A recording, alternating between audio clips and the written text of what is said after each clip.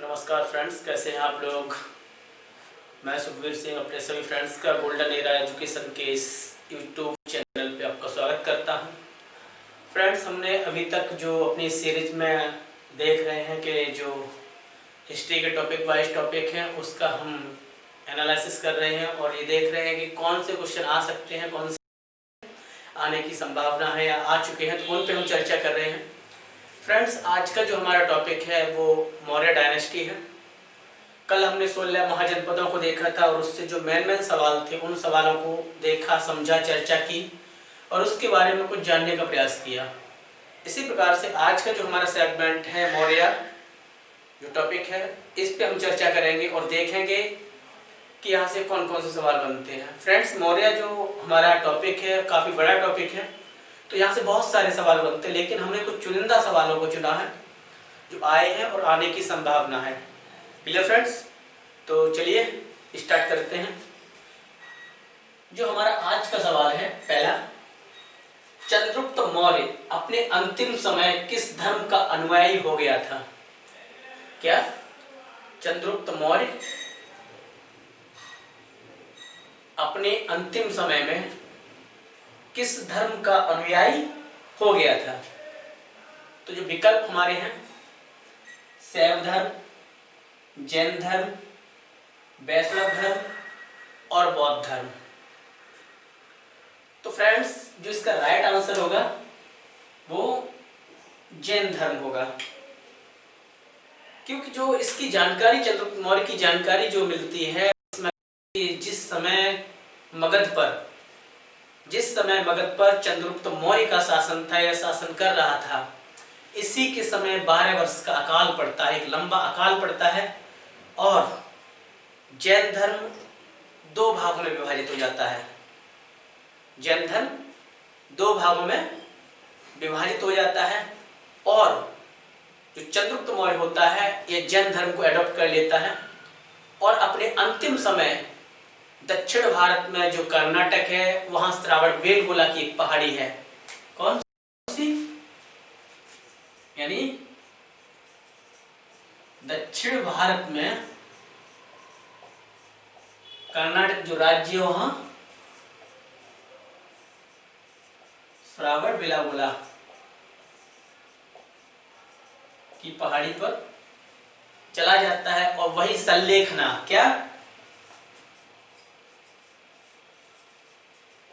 सल्लेखना ग्रहण कर लेता है।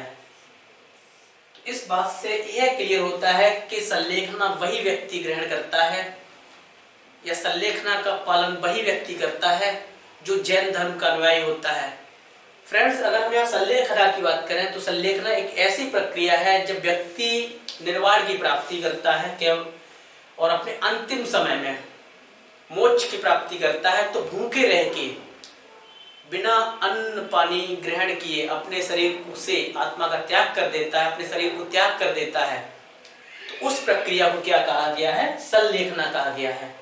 यह जैनियों की परंपरा थी और चंद्रगुप्त मौर्य ने भी क्या सल्लेखना ग्रहण की थी। इस आधार पर यह कहा जा सकता है कि चंद्रगुप्त मौर्य जो था वो क्या था? एक जैन धर्म का अनुयायी था। क्लियर? बढ़ते हैं अपने नेक्स्ट क्वेश्चन की तरफ। नेक्स्ट क्वेश्चन हमारा ये रहा, किस भारतीय राजा ने अपने राज्यकाल की शुरुआत एक खूंखार योद्धा के रूप में, एक लड़ाकू योद्धा के रूप में की थी, परंतु आध्यात्मिक परिवर्तन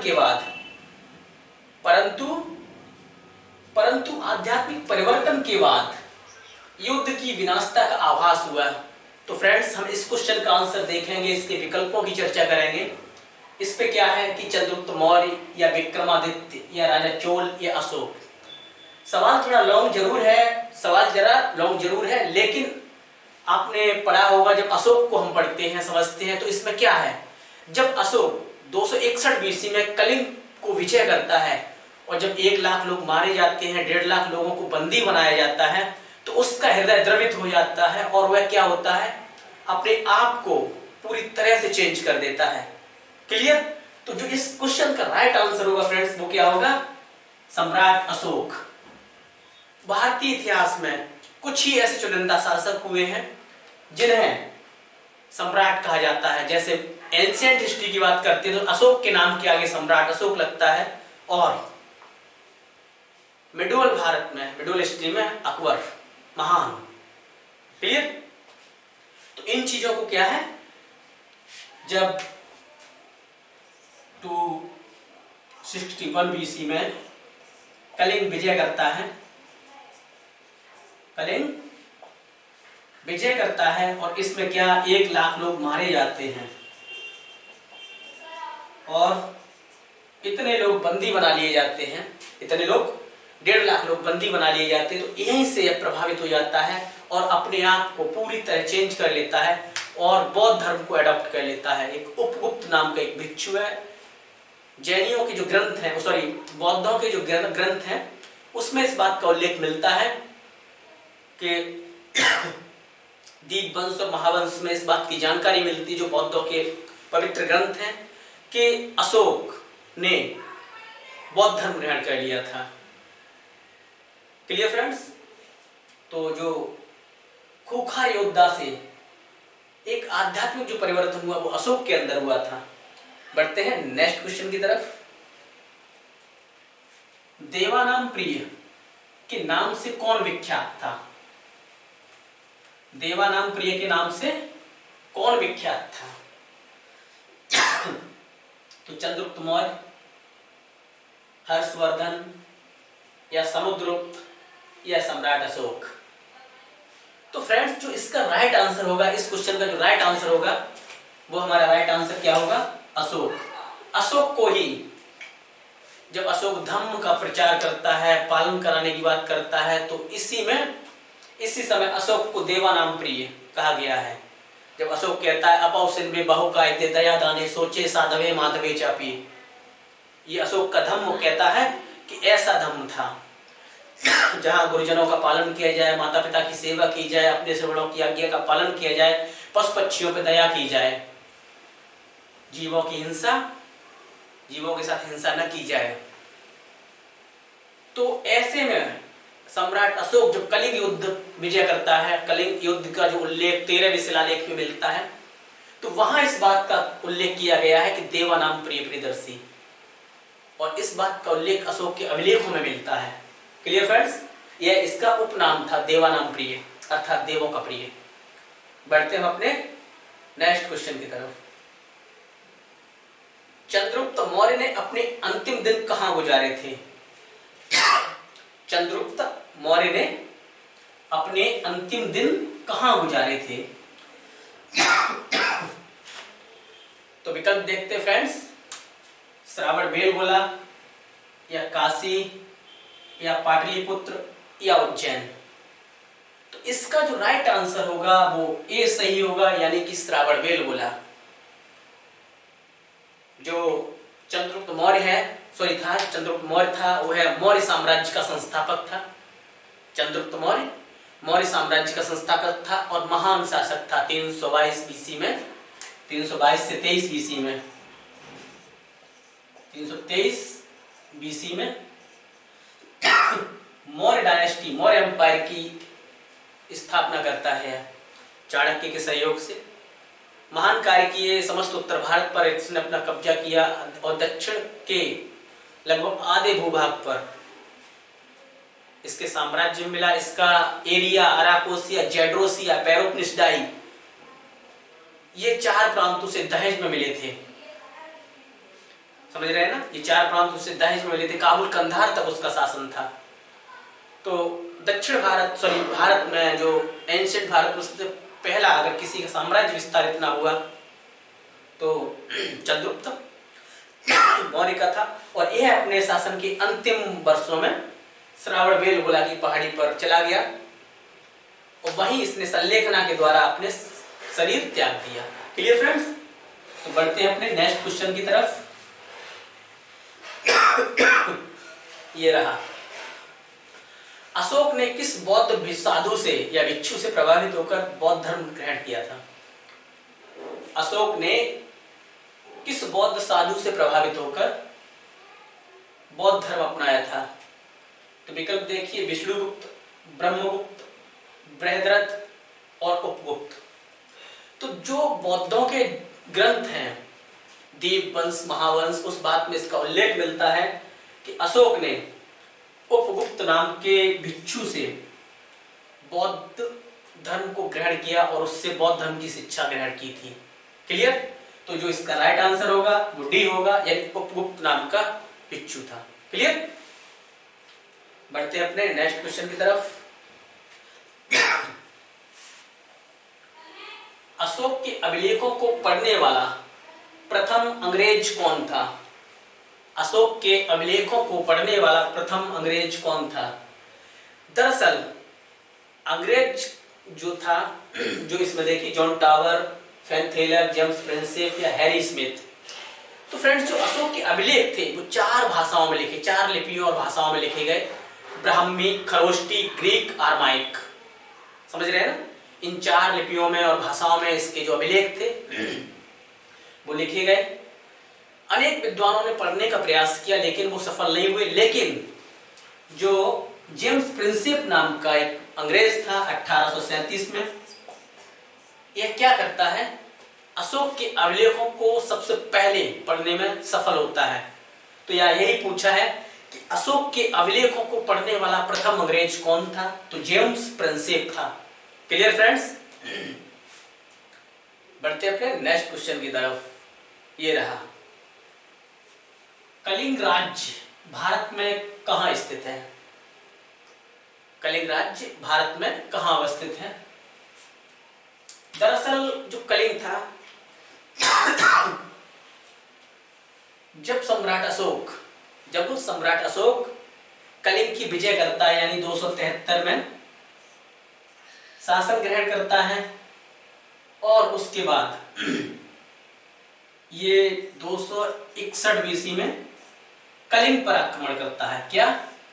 कलिंग पर आक्रमण करता है और कलिंग को विजय कर लेता है। वह इसकी 2 राजधानियां बनाता है, एक उत्तरी पथ धौली और जौगढ़, सॉरी उत्तरी पथ तो नहीं, धौली और जौगढ़ 2 राजधानियां बनाता है, क्योंकि वहां अच्छे से नियंत्रण किया जा सके। समझ रहे हैं ना? अच्छे से नियंत्रण किया जा सके तो 2 राजधानियां बनाता है। कभी कभी पूछ लिया जाए कि सम्राट अशोक ने 261 बीसी में जब कलिंग को विजय किया था तो कितनी राजधानियां बनाई थी? तो 2 राजधानियां बनाई थी। और कौन कौन सी थी वो? धौली और जौगढ़। क्लियर? जिसका राइट आंसर होगा फ्रेंड्स वो होगा बी, यानी उड़ीसा। जो कलिंग है वो उड़ीसा राज्य में स्थित है। क्लियर?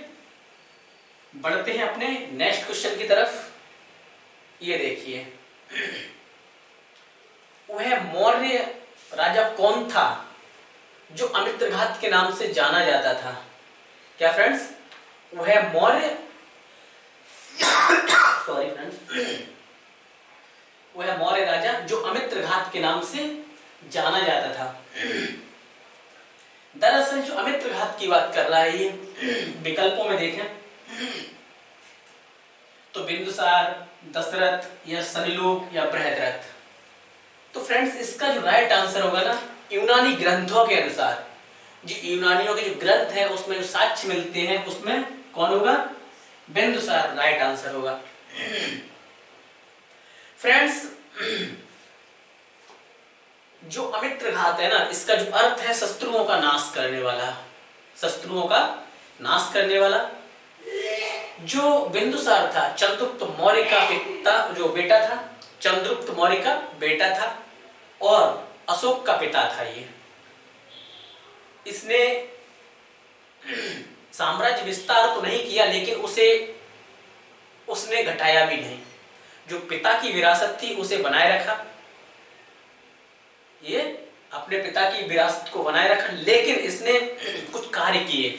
जैसे सीरिया का शासक, जब एंटियोकस आया था, सीरिया का शासक था, उसका राजदूत भारत आया था, डायमेकस। समझ रहे हैं ना? कौन? सीरिया का शासक, इसका जो राजदूत था डायमेकस आया। जब इसके पास आता है तो ये कहता है, कुछ चीजें मंगाता है, कहता है कि मीठी मदिरा, अंजीर और दार्शनिक। तो डाइमिकस जो है अंजीर और मदिरा तो लाता है, लेकिन जो दार्शनिकों के लिए डिनाई कर देता, कहता है कि यूनानी लॉ के अकॉर्डिंग यहाँ दार्शनिकों का क्रय विक्रय नहीं होता।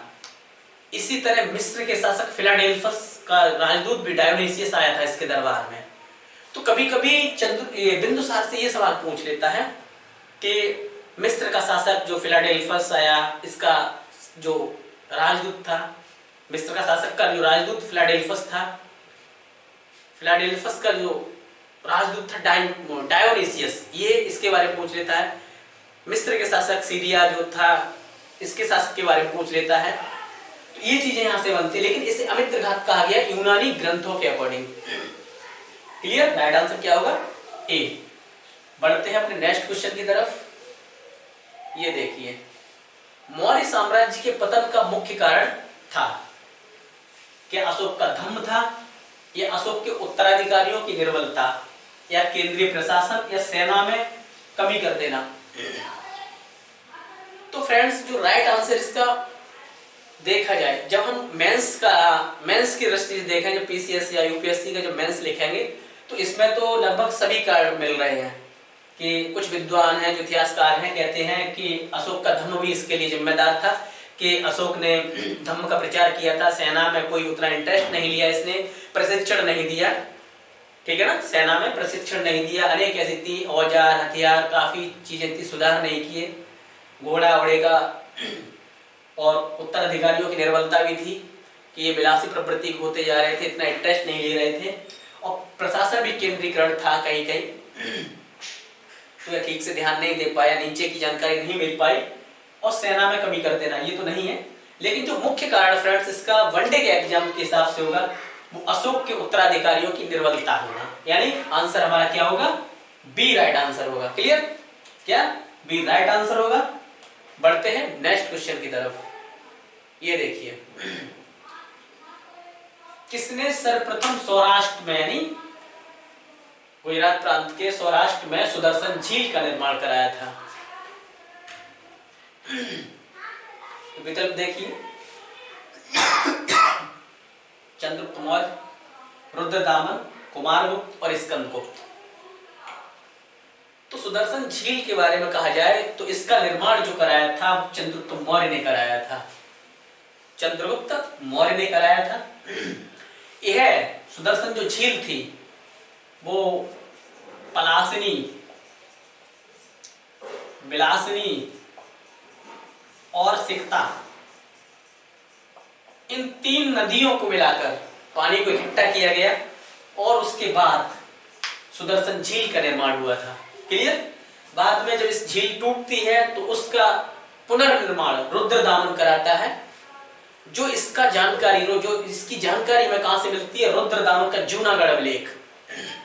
इस चीज की जानकारी में कहां से मिलती है फ्रेंड्स?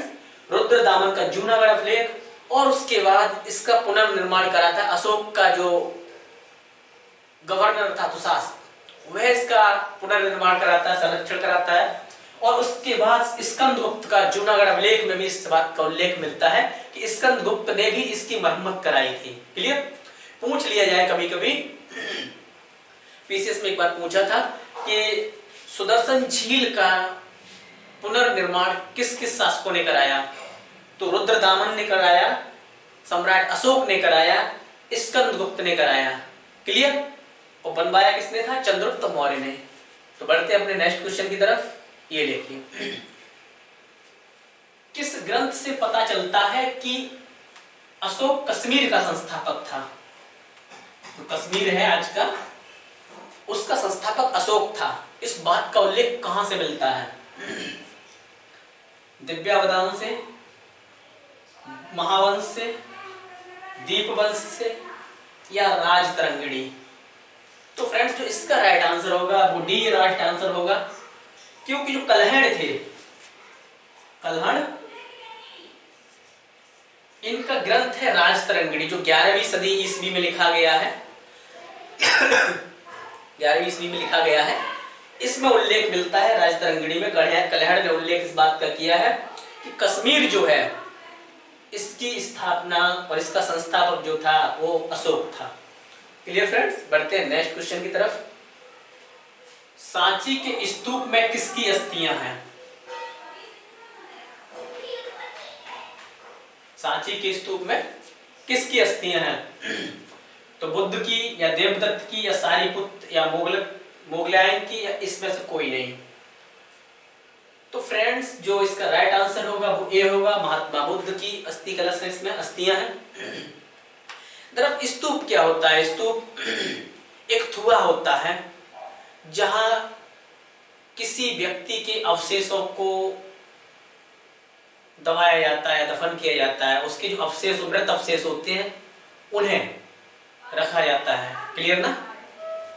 साफ भाषा में वैसे तो काफी है कि स्तूप का अर्थ ये है, आग है, ये है, वो है, लेकिन अगर यहाँ एक टर्म में देखा जाए तो थुआ है। कई प्रकार के होते हैं। मेगास्थनीज ने, नेक्स्ट क्वेश्चन देखते हैं, मेगास्थनीज ने भारतीय समाज को कितने वर्गों में विभाजित किया था? मेगास्थनीज ने भारतीय समाज को कितने वर्गों में विभाजित किया था? तो फ्रेंड्स इसका विकल्प देखिए, 4, 5, 6 या 7। तो फ्रेंड्स इसका जो राइट आंसर होगा ना, वो इसका राइट आंसर होगा डी। जो मेगास्थनीज था, मेगास्थनीज जो था, इसने भारतीय समाज को, यह भारत आया था और इसने भारतीय समाज को 7 वर्गों में बांटा था। वो वर्ग कौन कौन से थे? जैसे दार्शनिक, किसान, पशुपालक, व्यापारी, सैनिक, निरीक्षक और मंत्री। क्लियर? 4 वर्गों में इसने क्या किया था? भारतीय समाज को बांटा था। लेकिन ऐसा कदापि नहीं था। भारतीय समाज ब्राह्मण, क्षत्रिय, वैश्य, शूद्र 4 वर्णों में ही विभाजित था। लेकिन वो देख रहा था तो इसीलिए उसने यहाँ कल्पना की थी। बढ़ते हैं नेक्स्ट क्वेश्चन की तरफ। मेगास्थनीज ने ग्रंथ लिखा था, एक पुस्तक का निर्माण किया था, उससे क्या कहा गया? किस नाम से जानते हैं? दिव्यावधान, राजतरंगिणी, इंडिका या रत्नकोश? तो फ्रेंड्स मेगास्थनीज की जो रचना है, इससे भारतीय इतिहास को, एंशिएंट भारत को, भारतीय समाज, भारतीय अर्थव्यवस्था, राजनीति और धर्म, इन चीजों को समझने में महत्वपूर्ण भूमिका। और सबसे बड़ी बात यह है कि जो मेगास्थनीज की जो पुस्तक है, यह मौर्य साम्राज्य की बेहतरीन जानकारी देती है। क्लियर? तो उसका नाम है इंडिका। क्लियर? मेगास्थनीज ने ग्रंथ लिखा, उसका क्या नाम था? इंडिका। बढ़ते अपने नेक्स्ट क्वेश्चन की तरफ। ये रहा, अर्थशास्त्र में सीता भूमि की व्याख्या किस प्रकार की है? सीता भूमि किसे कहा गया है? तो न जोते जाने वाली भूमि, अनुपयोग भूमि यानी ब्राह्मणों के अधीन भूमि, या जनजातियों द्वारा जोती जाने वाली भूमि, या वनों से जुड़ी भूमि। तो फ्रेंड्स सीता भूमि का अध्यक्ष है, सीता भूमि का अध्यक्ष है सी, यानी जनजातियों के द्वारा जो भूमि जोती जाती थी उसे क्या कहा गया है? सीता। क्लियर? बढ़ते हैं नेक्स्ट क्वेश्चन की तरफ। धर्म महामात्र का क्या कार्य था? दरअसल सम्राट अशोक ने कुछ अधिकारियों की नियुक्ति की थी, कुछ अधिकारियों की नियुक्ति की थी। उसी में ही एक पद था धर्म महामात्र। धर्म महामात्र था, धर्म महामात्र।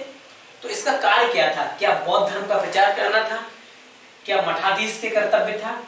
या धर्म परिभाषित करना, या नैतिक सिद्धांतों का प्रचार करना? तो जो इसका राइट आंसर होगा वो डी होगा। जो अशोक ने धम्म में नैतिक सिद्धांतों की बात की थी, जिसका उल्लेख हमने पहले किया भी था कि माता पिता की सेवा करनी है, बुजुर्गों की सेवा करनी है, गुरुजनों की आज्ञा का पालन करना है, ठीक है ना, महिलाओं का सम्मान करना है, पशु पक्षियों की हत्या नहीं करनी है, जीवों पर दया करनी है, पेड़ों को लगाना है। इस तरह का जो धम्म था, जो नैतिक बातें थी, समझ रहे हैं ना, कुएं का निर्माण कराओ, सराय का निर्माण कराओ, दान करो, इन चीजें जो नैतिक बातें थी उन चीजों का प्रचार करना था। क्लियर? तो इसका राइट आंसर डी होगा। बढ़ते अपने नेक्स्ट क्वेश्चन की तरफ। ये रहा, मौर्य वंश का अंत किसने किया था? मौर्य वंश का अंत किसने किया था? तो शुंग, सातवाहन, कुषाण या गुप्त। तो फ्रेंड्स जो 184 बीसी में 184 बीसी में क्या होता है? मौर्य डायनेस्टी का डेक्लाइन होता है और इसका जो अंत करता है शुंग वंश का जो संस्थापक पुष्यमित्र शुंग करता है। क्लियर? और शुंग वंश की क्या करता है? नींव डालता है। तो फ्रेंड्स जो इसका राइट आंसर होगा वो क्या होगा? ए राइट आंसर होगा। क्लियर? बढ़ते हैं अपने नेक्स्ट क्वेश्चन की तरफ। रज्जुक कौन थे? चोल राज्य के व्यापारी थे क्या? मौर्य शासन के अधिकारी थे क्या? गुप्त साम्राज्य के सामंत थे या शक सेना में सैनिक थे? तो फ्रेंड्स मौर्यों के समय एक भारी भरकम सेना थी और अनेक अधिकारियों का उल्लेख मिलता है।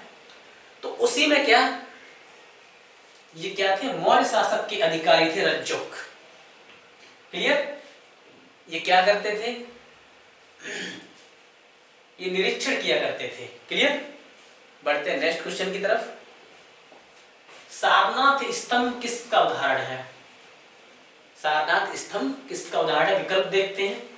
गुप्त कला का था या गुप्त कालीन कला का था, मौर्य कालीन कला का था, मथुरा कला का था या गांधार कला का था?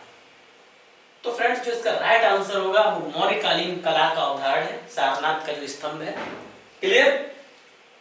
क्योंकि जो मौर्य कालीन कला थी इसके साक्ष्य और इसके जो छाप मिलती है वो किस पे? सारनाथ स्तंभ पे मिलती है। क्योंकि अशोक के जो हाथी और शेर इसकी जो आकृति है, समझ रहे हैं ना, उसका उल्लेख क्या है? मौर्य कालीन कला का है स्तंभ जो है। बढ़ते हैं नेक्स्ट क्वेश्चन की तरफ। निम्नलिखित में से किस केंद्र के साथ चंद्रगुप्त मौर्य के प्रसिद्ध शिक्षक चाणक्य जुड़े हुए थे? यानी जो चंद्रगुप्त मौर्य थे इनकी जो गुरु चाणक्य के बारे में पूछा जा रहा है कि ये किस शिक्षा संस्थान से जुड़े हुए थे, इनकी प्रसिद्धि जो थी वो कहां से जुड़ी हुई थी? क्योंकि चाणक्य के बारे में कहा जाता है चाणक्य एक महान कूटनीतिक, दार्शनिक, विद्वान, अर्थशास्त्री, योग्य व्यक्ति थे। उनके बारे में जितना कहा जाए कम है। तो चाणक्य जो थे कहा जाता है कि घनानंद के दरबार में गए थे। कहा जाता है कि घनानंद के दरबार में गए थे, उनकी पत्नी ने उनसे रिक्वेस्ट की थी जाइए कि चाणक्य का, उसका घनानंद का काफी नाम सुना जाता है, आप जाइए शायद वो कुछ आर्थिक मदद करे। तो चाणक्य पत्नी की बात से मानकर जाते हैं घनानंद के दरबार में। और होता क्या है, एक ऊंचा सा सिंहासन था जो उनका राज्य का जो पंडित था, विद्वान था, वो बैठा करता था, वहीं जाके विराजमान हो जाते। चाणक्य कुरूप थे, भद्दे थे, देखने में स्मार्ट नहीं थे, लेकिन योग्य व्यक्ति थे और उन्हें अपनी विद्वता पर पूरा कॉन्फिडेंस था। जाते हैं, बैठ जाते हैं। तो जब घनानंद दरबार में आता है तो देखता है कि मेरे बराबर में कौन सा कुरूप व्यक्ति बैठा है। घनानंद क्या करता है, अपमानित करके चाणक्य को दरबार से निकाल देता है, भगा देता है। उसी समय अपमानित होकर जब चाणक्य बाहर जाते हैं तो यह प्रण करते हैं कि मैं इस डायनेस्टी का, मैं इस नंद वंश का पतन कर दूंगा। और जब जाते हैं, बाहर जाते हैं तो एक जगह राज क्रीड़ा खेल खेलते हुए बालक दिखाई देता है। उसे कुछ मुद्राओं में, कारसापड़ यानी चांदी की मुद्राओं में उस बच्चे को खरीद लेते हैं चाणक्य और उसे क्या, तक्षशिला ले जाते हैं और यहाँ क्या करते हैं, उसे एक राजा बनाने की योग्यता का उसे योग्य बनाते, राजा बनने की योग्य बनाते, उसे राज लक्षण पैदा करते उसके अंदर। समझ रहे हैं ना? तो इतना निपुण बना देते हैं और वह निपुणता कहां से, तक्षशिला से। Clear friends? और बाद में नंद वंश का ये पतन करते हैं। तो इसमें कहा जाए, इसका राइट आंसर देखा जाए कि चंद्रगुप्त मौर्य के प्रसिद्ध शिक्षक चाणक्य कहां से जुड़े हुए थे, तक्षशिला से जुड़े हुए थे। चंद्रगुप्त यानी चाणक्य का जो नाम, उपनाम था कौटिल्य, और इनका एक नाम और था विष्णुगुप्त। कभी कभी पूछ लेता है कि चाणक्य का नाम नहीं दिया हो या उपनाम में पूछा जो विष्णुगुप्त या कौटिल्य। Clear friends? तो आज हम अपनी इस सीरीज को यही समाप्त करते हैं। फिर मिलते हैं कल आपसे एक नए वीडियो के साथ, नए टॉपिक के साथ। उम्मीद करते हैं कि आपको हमारा ये आज का टॉपिक पसंद आया होगा। तो आप लोग इसे देखिए, लाइक कीजिए, शेयर कीजिए और कोई इम्प्रूव हो तो उसके लिए आप कमेंट्स कीजिए। Okay, thank you, have a good day.